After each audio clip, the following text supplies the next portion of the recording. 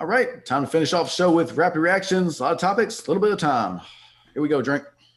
Let's roll, baby. COVID-19 is wreaking havoc on college basketball conference tournaments as positive tests have knocked out Kansas, Duke, and Virginia from their respective tournaments. Tough break for these programs, right, Jay? Oh, it absolutely is, and none tougher than Duke. I don't think Duke was gonna make the NCAA tournament. The big bracket fellas had them projected as having to get the automatic bid with winning the tournament. But if you're a Duke fan, at least you can come out there and say, well, COVID beat us. If not for COVID, we would have won the whole thing and all the rest of it. But yeah, unfortunate. I really hope it doesn't hurt teams like Virginia and Kansas with the seeding in the tournament because this is, you can take all the precautions in the world, but at the end of the day, it is a virus, and I hope the seeding they don't get penalized too much for being knocked out of that tournament. NCAA is considering requiring 2-point conversions after a touchdown in the second overtime of college football games, as well as running only alternating 2-point conversion plays if a game goes to 3 or more overtimes. What do you think of those proposed rules, Drink? Let's roll, baby. I'm with it. I'm with it. Let's roll this package out ASAP. My biggest thing is about college football or sports in general. I love when they come up with new rules that create more of a sense of urgency. That's what this does. No more of that bull crap where it's like 5 overtimes and nah, you get one play, and when you get into overtime 2 and 3, who's the better coach? You got to draw out one play. They got to draw out one play. Who can stop who? Game over. All right, let's head to half stakes, boys. So I like it. I like it. It speeds up the game. It gets all that other unnecessary stuff out. Because you in the red zone.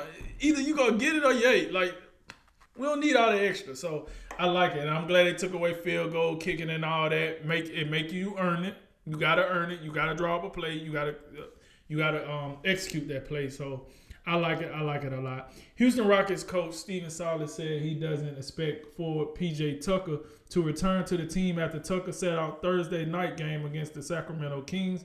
Due to Tucker's frustration, he has not been traded.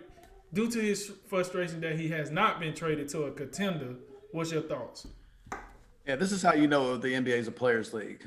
When PJ Tucker is like, flexing and saying, "Oh, you know what? I'd rather not, come to work." And I can't, I can't necessarily blame him because Houston is god awful right now. I think they've lost 15 in a row. I think they've lost every game since we did a Houston game on this show. So, but it does speak to how much this is a players' league, and I do hope. And Houston they absolutely have to trade him, and they should be trading a lot of guys because this is all about stockpiling picks. Ever since the whole Russell Westbrook, James Harden thing, get picks and I don't know, process or something. Right. Tom Brady and the Bucks have agreed to a contract extension that will keep the 7-time champ in Tampa Bay until 2022. You care to take a guess when Brady will retire? I mean, he been throwing out 45, 47. I guess you just won't know until we see him take the right hit. I mean, to be honest with you, he got to take the right hit. He take the right hit. I'm sure he's gonna get up and say, "Yeah, this might be my last year." So we just don't know, man. With the level he's been playing, it's so hard to call it. Most of these quarterbacks you can call, but I mean, look at him. Man, 43 years old, he's still winning Super Bowls. Like, so you just don't know when he will retire. But I just think something is gonna come, whether he gets tired of practicing or he gets hit good enough, and then time to hang up the shoulder pads, boys. The Patriots have brought back quarterback Cam Newton to a 1-year contract worth up to $13.6 million. Did this surprise you? It did. It did somewhat. I think the amount is quite a little bit of an increase from what he got last year. I think it just speaks to, the overall quarterback situation for New England. And just, I guess, Bill Belichick's looking at the draft. He's looking at free agents, and he just doesn't feel comfortable going a different route. So I think the big focus for them, moving forward, they got to get some weapons. They got to get him some help. Cam Newton, he 8 touchdowns, 10 interceptions. That cannot just be Cam Newton. That's got to be a product of just not having, talented guys on the outside and at tight end. They got to upgrade those. And if they do, New England could bear watching because don't forget about all the opt-out guys from last season. Hightower, Chung, Marcus Cannon, they're all back. So New England, they're worth watching. Interesting story here is Nebraska says it intends to play Oklahoma in college football this season after reports said the Cornhuskers were trying to get out of the game. What'd you make of all that, Drink? I'm gonna tell you right now, if this is true, I don't want to hear nothing else about Nebraska football this season. This is that like, what are we doing here? Like, that better been a joke, and they better play Oklahoma. If they play anybody other than Oklahoma, and if they don't play Oklahoma, it better be because Oklahoma just got the worst case of COVID and they had to cancel everything and da-da-da-da. This is unacceptable. And I feel like if this is true, Scott Frost his feet need to be held to the fire. Because now, not only is it a problem for Power 5 teams to play each other already because of the COVID, then you out here talking about, we don't want to play Oklahoma. We're trying to set up a game with Panera Bread State. Like, no. You go ahead and you play the Sooners. Just like every other Power 5 team got to go and play a Power 5 team if they want to be in the playoff race. Like, this is unacceptable. So I'm hoping it's just scuttlebutt, rumors, whatever the case might be. But if this is true, somebody got to bring Scott Frost up to the fire. And that's unacceptable from a Power 5 team. That's just unacceptable. Chiefs quarterback Patrick Mahomes is expected to restructure his contract to provide salary cap relief in Kansas City. The team reportedly plans to convert his roster bonus into a signing bonus, which will save them $17 million against the cap. Any idea what they do with the money that he saved them? It might be a good idea to invest just a little bit more in the offensive line. As you know, you got a great quarterback, any quarterback for that matter. The offensive line got to be up to par, and the offensive line had a really tough time against Tampa Bay. We know Eric Fisher, Mitchell Schwartz were hurt, but maybe get a little extra depth so you're not, relying on Mike Rimmers and whoever else was out there, and maybe bolster up the interior of the offensive line. I think that would be first and foremost what I'd try to do. Golden State Warriors coach Steve Kerr benched rookie center James Wiseman for the first half of Thursday's loss to the LA Clippers after the 19-year-old missed his first 2 COVID tests during the All-Star break. Is that a fair punishment?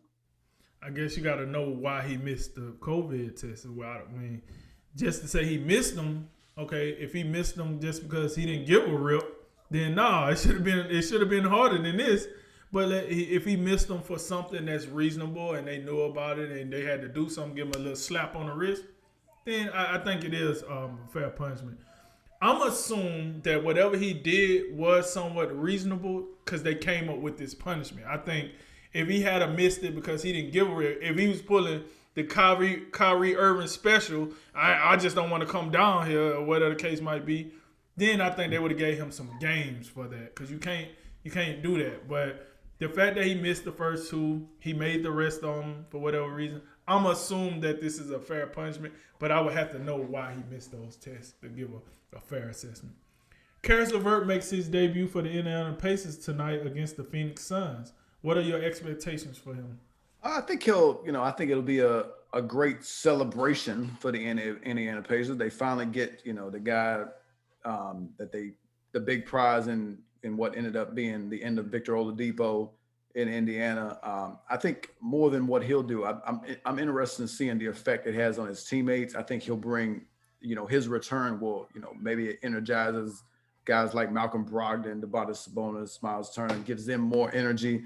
I think he'll be rusty, certainly at first, but I'm really looking forward to how Indiana looks with him because he can be definitely more of a great player than what he was allowed to be in Brooklyn due to all the star power that they have. Last one tonight, it's UFC Fight Night. It's Edwards Muhammad on ESPN Plus at the UFC Apex in Las Vegas.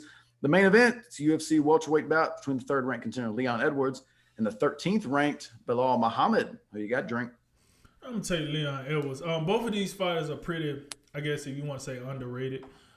Even though you got the number 3 by Leon Edwards, he's just not a fighter that a lot of fighters talk about because he likes to fight in the UK. He's not really interested in coming into the States until the COVID situation get cleared up. So he's one of those guys that's at the top of the heat that people don't talk about a lot.